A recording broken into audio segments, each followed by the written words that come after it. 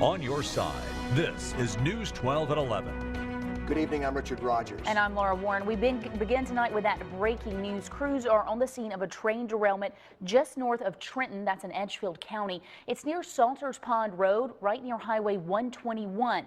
Emergency officials are asking families within a mile and a half to evacuate. All this happening just earlier this evening. News 12's Taylor Bingham is live, a safe distance away from that scene with what we know so far. Taylor, bring us up to speed. Tell us what you saw and what you smelled. Oh, Richard and Laura, I don't smell personally anything right now. Some people have come over to our news jeep asking what's wrong, saying they do smell something. I've heard reports of no one smelling anything. Someone I just talked to said they smell something coming from Johnston area. But behind me, you can see Sheriff's Office. This is the Edgefield County Sheriff's Office. 2 cars are blocking off Highway 121, what they say is about 2 miles from where the train derailment happened. They say they're doing this because a lot of tractor trailers do go up and down this road, and they don't feel like they could make a U-turn anywhere closer. But other people I've talked to say they saw the train and they did see most of the cars upright, but emergency officials do say that there are multiple cars overturned. Edgefield County officials say this happened just before 9 tonight, multiple cars off the tracks, and emergency officials are issuing anyone that's living a mile and a half of this train derailment, which happened around Salters Pond Road, to evacuate to Mount Cannon Church on Highway 25 in Edgefield County. And with any train derailment, we do need to make sure you are careful. So make sure you are evacuating if you live within a mile and a half of the train derailment. Again, around Salters Pond Road. Right now, I'm not smelling anything, but we will make sure we're looking to see if there's any injuries and what that train was carrying. Yeah, a lot of questions tonight, Taylor, and we don't know exactly how many cars derailed, what they were carrying, but there's an abundance of caution out there near where Taylor is. Don't go away, Taylor. We're going to come back to you. We're going to talk about Salters Pond Road in a moment, but to recap here, we've got a train derailment on Salters Pond Road near Highway 121 in South Carolina, and neighbors within a mile and a half of that crash site are asked to evacuate to Mount Cannon Church.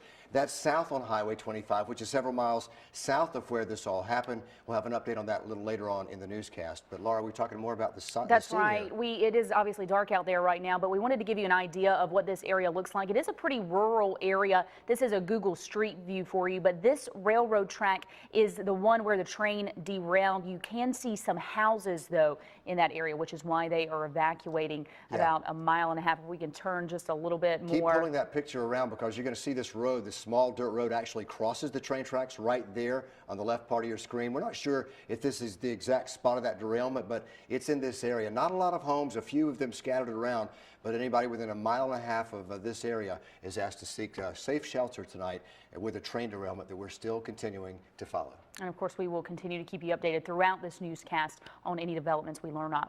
Now, we do want to head to Chief Meteorologist Shane Butler, who has been tracking some severe weather in the area tonight. Shane, how's it looking for the rest of our night? We're going to continue the threat for showers and a few thunderstorms, as the severe weather threat has diminished quite a bit. Meanwhile, most of us just looking at a mostly cloudy sky at this hour, looking westward over downtown Augusta. Here's Doppler Max radar scanning across the area, still looking at our greater threat for passing showers and thunderstorms anywhere from Wilkes County, working eastward through McCormick, heading on through Edgefield County. As a matter of fact, we had some stronger storms work through that area where the train derailed, and even some hail from Trenton over toward the east and toward Minetta was affected by some of that nickel to dime size, even quarter size hail in some of those thunderstorms working through there. So as we head toward tomorrow, here's a look at least temperature wise, we'll be up to 84 highs, 78 on Sunday, so a little cooler. We'll look at the rest of your weekend coming up in just a bit.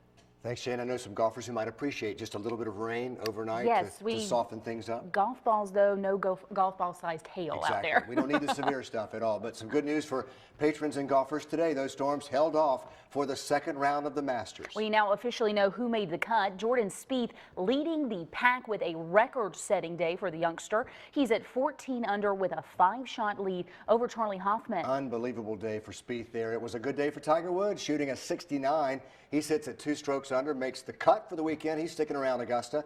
Tiger says even though he's 12 strokes back, you never know, and he's right, you never know what's going to happen at Augusta National. Much more on round 2 at the Masters and what the leaders have to say coming up later in sports. An investigation underway tonight as law enforcement works to identify human remains found in the backyard of a Jenkins County home. Sheriff Robert Oglesby says they dug up the body at a home on Williams Road and West Old Savannah Road. It's the same home a Millen woman, Ashley Lovett, went missing from months ago. The sheriff says it could be Ashley, but there are also 2 other people currently missing in Jenkins County, so they cannot confirm that yet. We did speak to some of Ashley's family members who say if it is her, they just want justice. Now we find out that she's been thrown out the back door like trash. Back there, like trash. Right now we just want justice for Ashley. We want to bring closure to our family. And those of you that are asking questions, why didn't we do something? We did do something. Just really emotional sound there. For people living nearby that area, they're just shocked something like this could happen in their small town so close to home. There's not like crime down here like it is other places. Jenkins County deputies are questioning Ashley's half-brother Chris Lovett and her stepmother Susan Coleman. They've not been arrested or charged so far. They're just in custody getting questioned. Authorities say Ashley lived in the home with around 4 other people when she went missing. Busiest week of the year at the airport, and an argument today between 2 cab drivers turns violent. Alvin Warren is charged with shooting Herman David outside Augusta Regional Airport. Investigators say the 2 were arguing about customers. Here's a picture of the scene after the shooting was posted on Facebook. Airport officials tell us the incident did not affect anyone's travel plans, but one visitor just in town for the Masters was not expecting this when he arrived in Augusta. I thought it was a movie, or you guys are waiting for one of the big shots to come watch the Masters as well? Not a movie, not a big shot, just some crime down there. The airport director says he's considering changing the way cab services are run at the airport. By the way, the victim, Herman David, was taken to a hospital with non-life-threatening injuries. New details tonight about the Richmond County deputy accused of rape. Sheriff's Office pictures show Jason Turner's promotion to corporal back in March 2014. They also show him receiving recognition for his work, including his part in the arrest of 5 teens trying to rob a house. The Columbia County Sheriff's Office says the victim told deputies Turner raped her in his home Thursday morning. Now, Turner has not been arrested or charged yet. This is just an investigation at this point. Much more ahead on News 12 at 11. Severe weather has people picking up the pieces. Tornadoes slamming northwest Illinois. We take a look at the damage. And weather-wise, tomorrow we're going to start out with a little bit of some light rain, otherwise cloudy, but sunshine's coming back in a milder afternoon with temperatures near 80. A look at that the rest of the weekend coming up.